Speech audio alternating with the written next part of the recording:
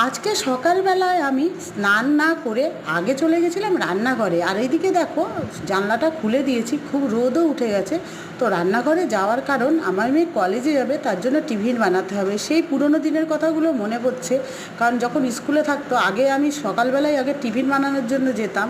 যাই হোক, এই যে আমি ফ্রিজ থেকে ক্যাপসিকামগুলো বের করেছি না, ক্যাপসিকামগুলো পচেও গেছে। তো আজকে না ম্যাগিটা আমি একটু অন্য টাইপের বানাবো।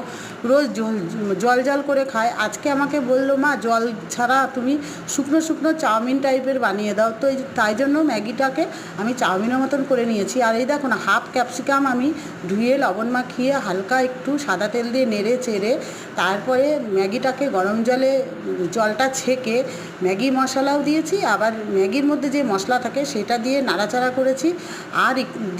আর একটু বাটার দিয়ে দেবো, অসাধারণ লাগে। এইভাবে না ম্যাগি করে দিলে বাচ্চারা খুব ভালো খাবে। আর সবসময় না জলগুলো অনেকে খেতে চায় না, ঝোল ঝোল। তা আমার মেয়েকে আমি যখনই বানিয়ে দিই, এইভাবে বানিয়ে দিই, ও খুব ভালো করে খায়। তো এই দেখো না, এখন বাটার দিয়ে দেবো। তো নামিয়ে নিয়েছি, বাটার দিয়ে একটু ঢাকা দিয়ে দেবো।